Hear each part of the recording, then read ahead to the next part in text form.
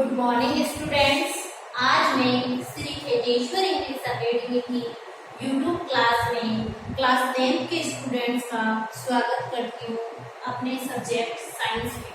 देखो बच्चों, मैंने आपको पिछली क्लासेज में साइंस सब्जेक्ट का फर्स्ट टॉपिक शुरू करवाया था, फर्स्ट चैप्टर शुरू करवाया था, जिसका नाम था फूड एंड ह्यूमन हेल्थ। बेटा बहुत ही इजी चैप्टर है, थ्योरेटिकल चैप्टर है, फिर भी मैंने इसमें आपको काफी कुछ बोर्ड पे समझाया है। मैं उम्मीद करती हूँ कि सब बच्चों के पास बुक सेट अवेलेबल हो गए होंगे। अगर आपके पास बुक अवेलेबल है तो उसका पेज नंबर 5 निकालिए।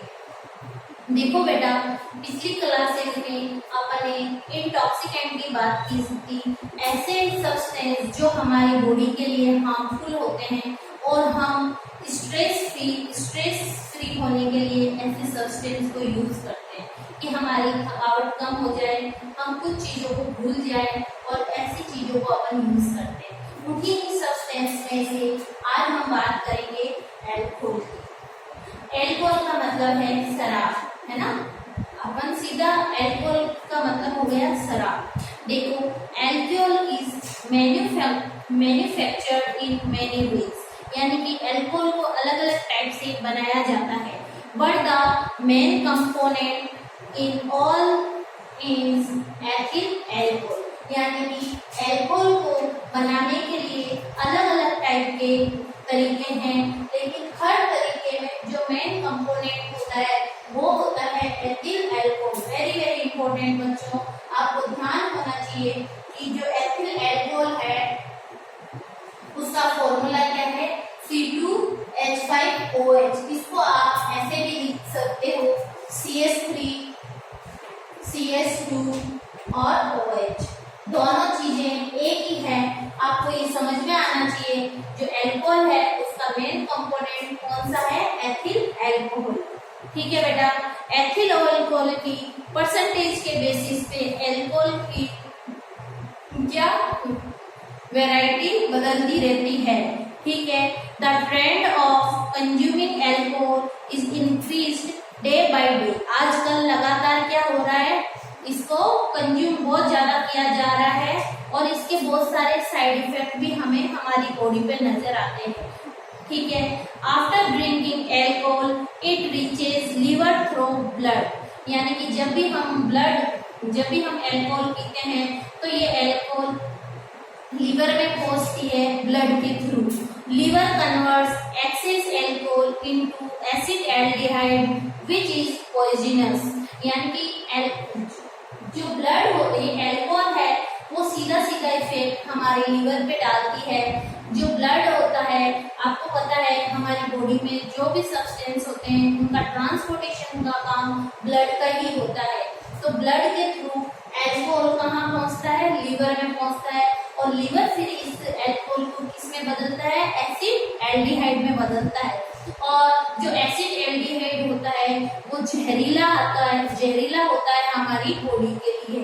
ठीक है बच्चों, नेक्स्ट ध्यान दीजिए, control and coordination of the body is affected by the consumption of alcohol.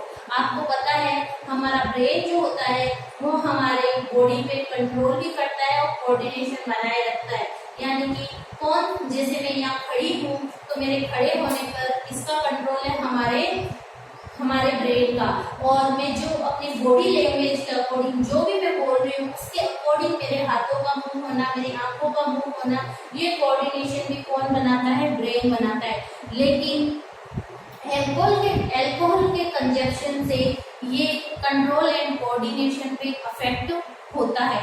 ठीक है बच्चों, समझ में आ रहा है। यानी कि आपने देखा होगा जो शराब पिया हुआ व्यक्ति होता है वो चलते वक्त लड़खड़ाता है और हमें पता चल जाता है कि ये तो आज पी के आया है ना।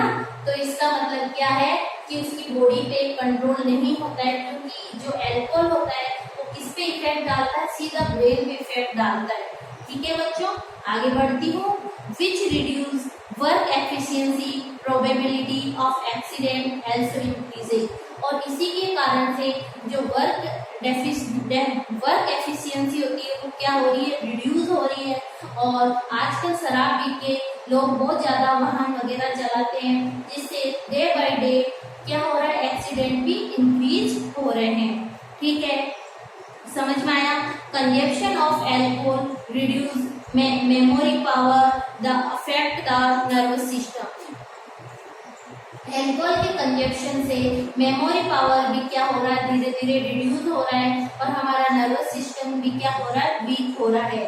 ठीक है बच्चों, alcohol causes fatty liver disease which has an effect on the synthesis of protein and carbohydrates due to its use economic condition of a person falls and it also hurts the person social status। देखो बच्चों, आपको पता है जो alcohol है, alcohol के ज्यादा consumption से जो हमारा लीवर होता है, जो प्रोटीन और कार्बोहाइड्रेट का सिंथेसिस करता है, वो इफेक्ट होता है, क्योंकि लीवर फिर इस एल्कोहल को एसिड एल्डिहाइड में कन्वर्ट करता है और प्रोटीन वगैरह नहीं बना पाता है, जिससे हमारी बॉडी में एक डिजीज हो जाती है जिसको हम बोलते हैं fatty liver and liver cirrhosis. इसको लीवर सिरोसिस भी बोला जाता है।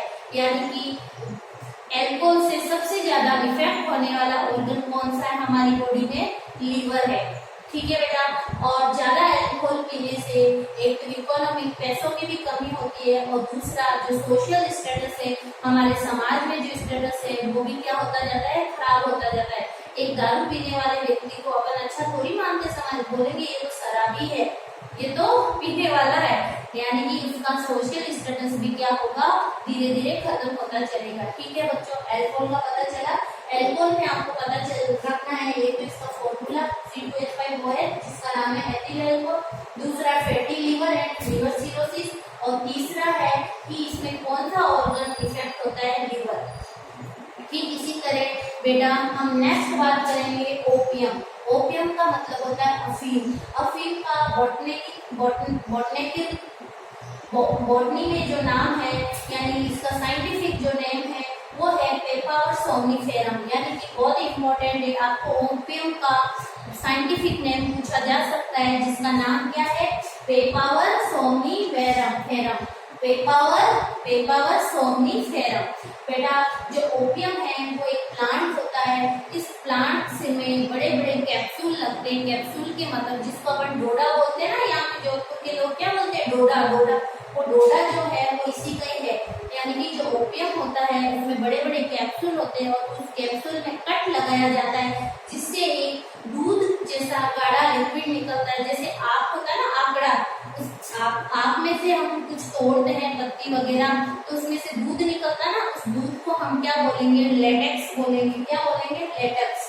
तो देखो जो पेपावर सोम्निफेरम है उसके बड़े बड़े कैप्सूल होते हैं, ओपियम कैप्सूल। उन कैप्सूल में से लेटेक्स नाम का एक लिक्विड निकलता है और इस लेटेक्स से भी फिर क्या बनाया जाता है, अलग अलग पाउडर वगैरह, अलग अलग दवाइयां बनाई जाती है। लेकिन ये दवाई के रूप में भी काम आता है। और ये जो ओपियम होता है इसके अंदर बहुत सारे एल्कलॉइड्स होते हैं और इन एल्कलॉइड्स में से कुछ इंपॉर्टेंट एल्कलॉइड्स ये है कि अक्सर क्वेश्चन पूछा जाता है कि ओपियम से, पेपावर सोम्निफेरम से कौन से एल्कलॉइड निकलते हैं। तो आपको बच्चों थोड़े याद रखने पड़ेंगे, बहुत सारे हैं लेकिन मैंने कुछ ही नाम लिखे, मॉर्फिन, कोडीन, निकोटीन, सोम्निफेरम और पेपावरिन। सोम्निफेराइन, पेपावरिन, यानी कि कौन कौन से है, मॉर्फिन, कोडीन, निकोटीन, सोम्निफेराइन एंड पेपावरिन। तो एक बार आप अपनी बुक में ओपियम को देखिए। बेटा थ्योरेटिकल चैप्टर है इसलिए बुक की बहुत जरूरत पड़ती है। Opium is the dried latex obtained from the opium capsule. यानी कि ओपियम से जो लेटेक्स निकला जाता है उसको सुखा के ड्राई पाउडर बनाया जाता है। The latex contain about 30 types of alkaloid, यानी among the morphine, codeine, nicotine, somniferum, somniferine, papaverine are main. यानी कि जो ओपियम कैप्सूल है उस कैप्सूल से बहुत सारे एल्केलॉइड निकाले जाते हैं। उन एल्केलॉइड्स में से एक मॉर्फाइन है, एक कोडाइन है, एक निकोटाइन है, सोम्निफेराइन है और पेपावराइन है। ये 5 तो आपको याद रखने ही पड़ेंगे। ठीक है बच्चों, morphine and codeine are used to make pain killer medicine that is why is cultivated. यानी कि जो जो मॉर्फिन और कोडीन है, ये जो मॉर्फिन और कोडीन होते हैं, ये क्या होता है, पेन किलर मेडिसिन के अंदर मिलाए जाते हैं। इसमें क्या होता है, पेन तो हमें होता है, लेकिन हमारा जो ब्रेन का पोर्शन जो इस पेन को फील कर रहा है और हमें बता रहा है, उसको ये क्या करता है, कुछ टाइम के लिए रोक देता है, जिससे हमें पेन का एहसास नहीं होता है। ठीक है। Many people use opium and its toxic product heroin to get the feeling of peace.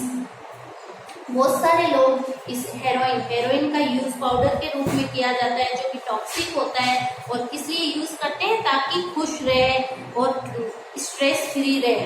ठीक है।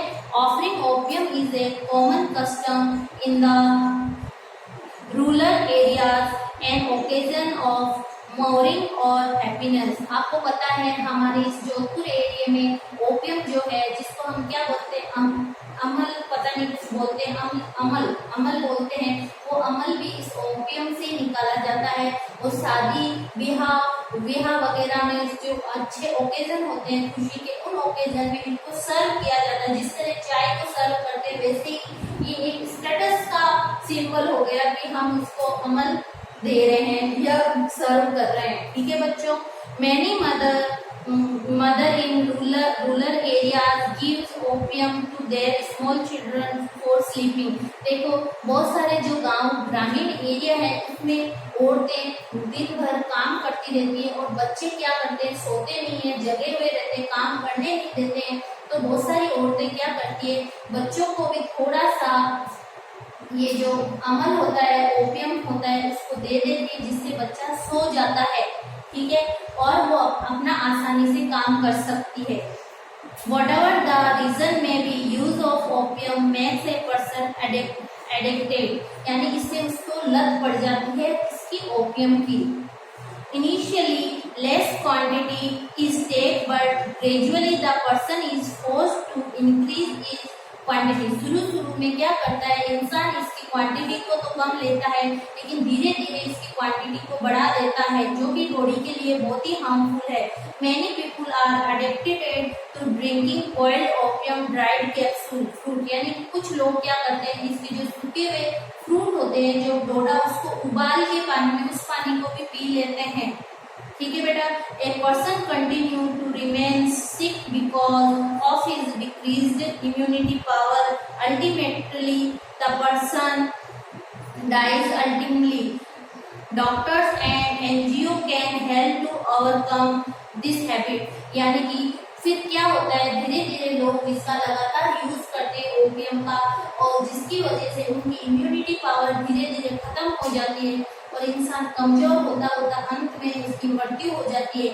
आजकल डॉक्टर्स और एनजीओ के बहुत सारे कैंप लगाए जाते हैं, जिसमें नशा मुक्ति के अंदर, जिसमें इसकी आदत को छुड़ाया जाता है। तो बच्चों, ये तो क्या थे, हमारे इंटॉक्सिकेंट थे, जो हम क्या कर रहे थे, हमने अभी बताए। अब देखो आपकी बुक में कुछ अदर इंटॉक्सिकेंट सब्सटेंसेस और हैं। देखो कोसीन, कोकाइन, कैनबिस, चरस, हैम, हैशिश, एलएसडी, यानी कि lysergic acid, diethyl amide, etcetera are also intoxicant trend. Young people start to use these for many reasons to get caught in this. Distance from family, increased criminal tendency, physical and mental weakness are the harmful side effect of using these products. देखो बच्चों, आजकल क्या होते हैं, जो बच्चे होते हैं वो अपने पेरेंट्स के साथ नहीं रहते, स्टडी के लिए उनको बाहर भेजा जाता है, और पेरेंट्स से दूर होने की वजह से ये बेकार सी जो लत है उनको पड़ जाती है, और धीरे धीरे इसके आदी हो जाते हैं, और फिर वो अपनी बॉडी में पूरा कंट्रोल खो देते हैं, और ये हमारी बॉडी को डायरेक्टली बहुत ज्यादा इफेक्ट करते हैं। ठीक है बच्चों। अब अपन पढ़ेंगे कुछ मेडिसिन है उनके बारे में। पहले एक बार आप इसको नोट कर लो, फिर मैं आगे बढ़ती हूँ।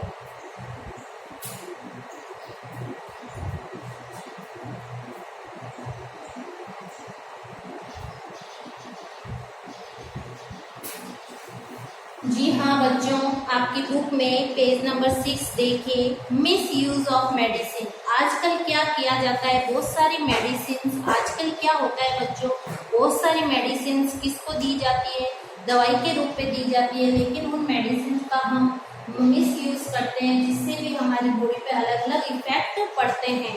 देखो अकॉर्डिंग टू सर्वे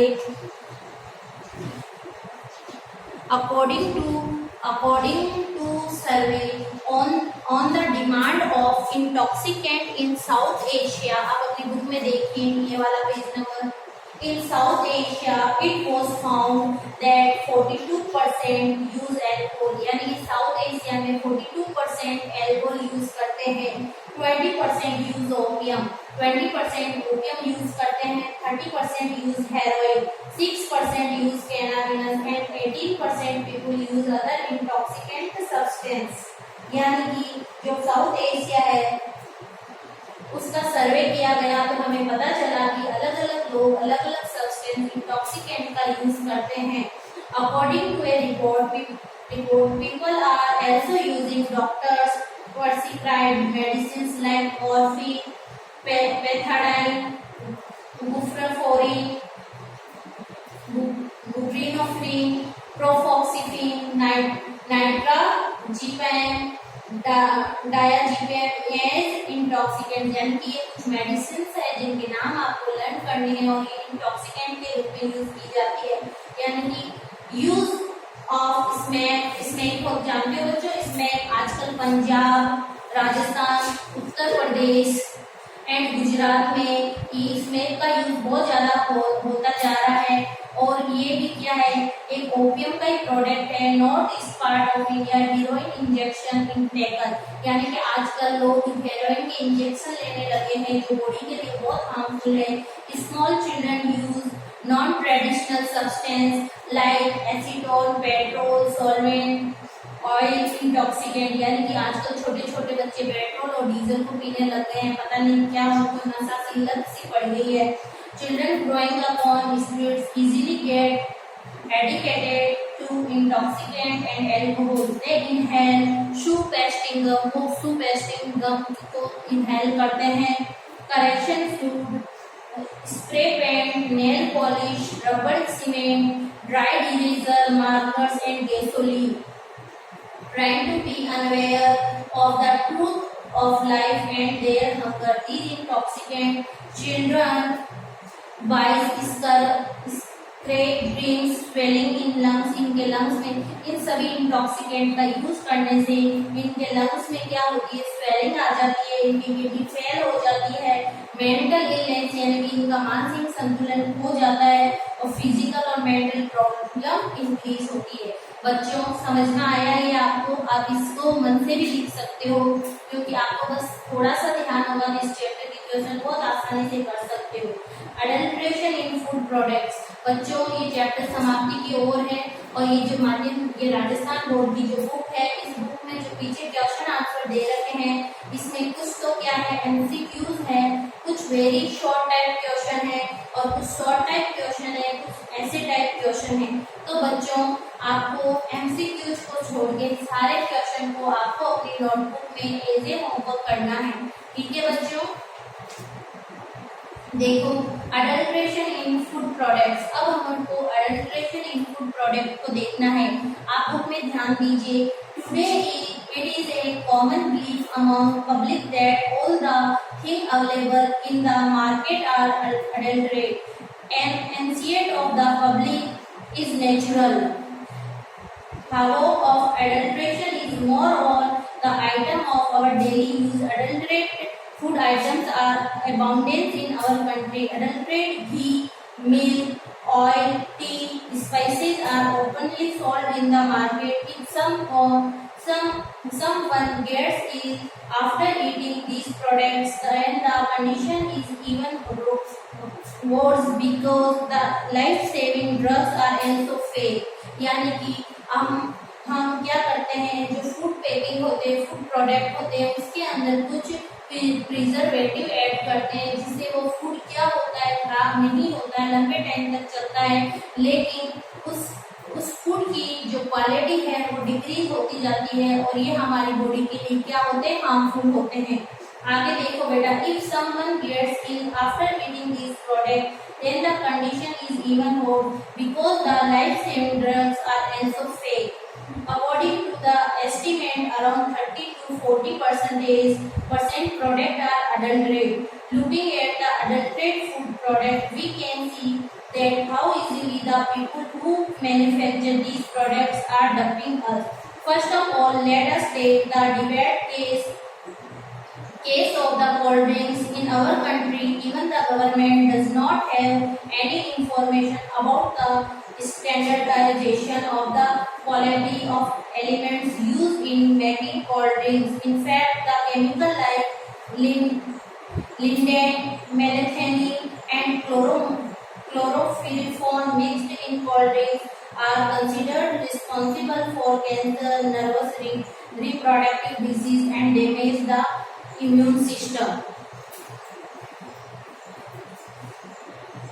देखो बच्चों, आजकल क्या होता है, जो अडल्ट्रेट फूड होता है वो मार्केट में बहुत ज्यादा आने लग गया। इस वजह से इसमें हमारी बॉडी पे हार्मफुल इफेक्ट्स पड़ते हैं, हमारी किडनी फेल हो जाती है, हमारा नर्वस सिस्टम वीक हो जाता है। इसलिए गवर्नमेंट ने कुछ रूल बनाए हैं और उस रूल के अनुसार जो भी प्रोडक्ट फैक्ट्री में बनाया जाता है, उस फैक्ट्री के प्रोडक्ट के ऊपर आपको पता है पहले गवर्नमेंट उसको टेस्ट करती है, उसके बाद ही उसको आगे मार्केट में उतारने का काम चल रहा है। आपको पता है बीच में मैगी को बैन किया था, तो इसी तरह आजकल हर एक प्रोडक्ट जो बनता है और मार्केट में बिकने के लिए आता है, उससे पहले गवर्नमेंट रीचेक करती है। इसके लिए कुछ संस्थाएं, कुछ ऑर्गेनाइजेशन है। अब हम इसके आगे आपने देखा होगा जो फूड होते हैं, जो बेकिंग फूड होते हैं, उस पर FSSAI लिखा हुआ होता है। ठीक है, आगे बढ़ती हूँ। During the manufacturing of the cold drinks, phosphoric acid is mixed in it, which directly affected the teeth. It has the capacity to even dissolve the iron. यानी कि जो कोल्ड ड्रिंक्स बनाई जाती है, उस कोल्ड ड्रिंक्स के अंदर phosphoric acid को मिलाया जाता है। फॉस्फोरिक एसिड इतना हार्मफुल एसिड है कि वो डायरेक्ट आयरन को गला सकता है, तो उसको ऐड करते हैं। तो जो हम कोल्ड ड्रिंक पीते हैं तो हमारे दांत वगैरह खराब हो जाते हैं, जो हमारे अंदर के इंटरनल ऑर्गन है वो भी इससे डैमेज होते हैं। ठीक है, the chemical ethylene glycol mix it does not allow the water to freeze even at 0 degree. Commonly it is called sweet poison. देखो, आपको पता है जो भी कोल्ड ड्रिंक्स वगैरह होती है, उसके अंदर क्या मिला है कि देखो एथिलीन ग्लाइकोल को मिक्स किया जाता है, जो कि क्या करता है, वाटर को 0 डिग्री पर जमने नहीं देता है, जिसको स्वीट पॉइजन बोलते हैं। Boric, erythorbic and benzoic acid collectively increases the acidity of cold drinks, which cause burn in stomach, indigestion, sensation in birth, irritability and acidity। यानी कि जो कोल्ड ड्रिंक्स होती है उसमें बहुत सारे तरीके के अलग अलग एसिड मिले होते हैं, जिसमें से बोरिक एसिड, बेंजोइक एसिड, ये बहुत सारे एसिड होते हैं, जिससे हमारे कोल्ड ड्रिंक्स पीने से हमारी बॉडी में एसिडिटी हो जाती है, हमारे स्टमक में जलन पैदा होने लगती है और हमारे इंटरनल ऑर्गन इफेक्ट होते हैं। ठीक है, it also hinders the development of bones। ये bones को भी धीरे धीरे खत्म करने लगते हैं। 0.4 ppm lead is mixed in cold drink, which is a hazardous for brain, liver and muscles। यानी कि जो लेड होता है, लेड आपको पता है ना, पीपी, जो लेड होता है वो हमारी बॉडी के लिए बहुत इफेक्ट हार्मफुल होता है। ये हमारे ब्रेन को, हमारे नर्वस सिस्टम को, हमारे लंग्स को, हमारी किडनी को, सभी को अफेक्ट करते हैं। और कोल्ड ड्रिंक्स के अंदर लेड मिलाए जाने की वजह से हमारे सारे ऑर्गन क्या होते हैं, इफेक्टेड होते हैं। Nowadays, milk to health also become a sample of adulteration in spite of being healthy. It has more ill effect than benefits. People are drinking urea, detergent, soda, poster color, refined oil in the name of milk। यानी कि आजकल urea से दूध बनाया जाता है और इस दूध को पैकेट में बंद करके लोग बेचते हैं या घरों में जा के देते हैं। तो ये दूध भी हमारे लिए, बॉडी के लिए बहुत ज्यादा हार्मफुल है।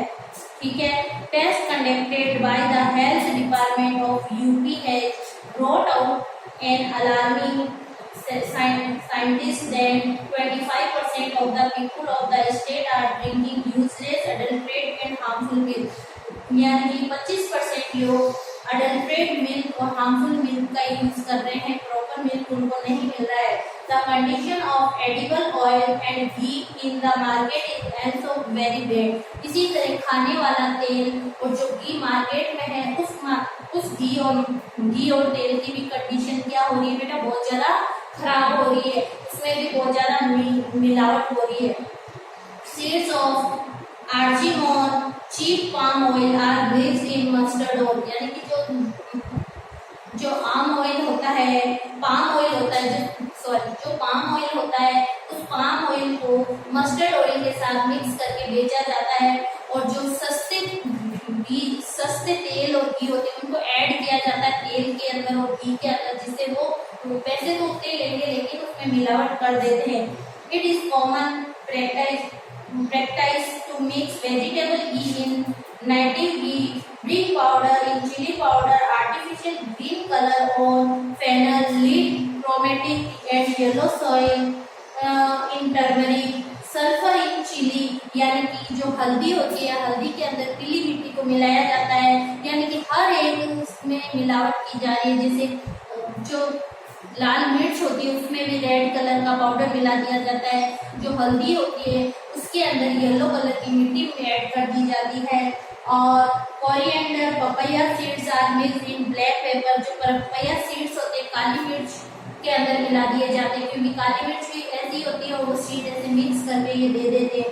Chemical injection for bringing bright colour in fruits and vegetables, lead and copper solution is sprayed for fresh appearance and silver nitrate is sprayed on cauliflower for whiteness color, यानी कि silver nitrate का use जो गोभी होती है cauliflower होती है उस पे सिल्वर नाइट्रेट का स्प्रे किया जाता है, जिससे वो क्या हो और ज्यादा व्हाइट और चमकीली दिखे। केमिकल इंजेक्शन दिए जाते हैं फ्रूट्स और वेजिटेबल को, जिससे वो और ज्यादा चमकीली ब्राइटनेस और फ्रेश लगे। तो ये सारे के सारे केमिकल हमारी बॉडी में जाते हैं और हमें नुकसान पहुंचाते हैं। ठीक है, आगे बढ़ती हूँ। देखो, सिल्वर नाइट्रेट का स्प्रे किस पे किया जाता है, कॉलीफ्लावर के ऊपर किया जाता है ताकि उसकी व्हाइटनेस बनी रहे।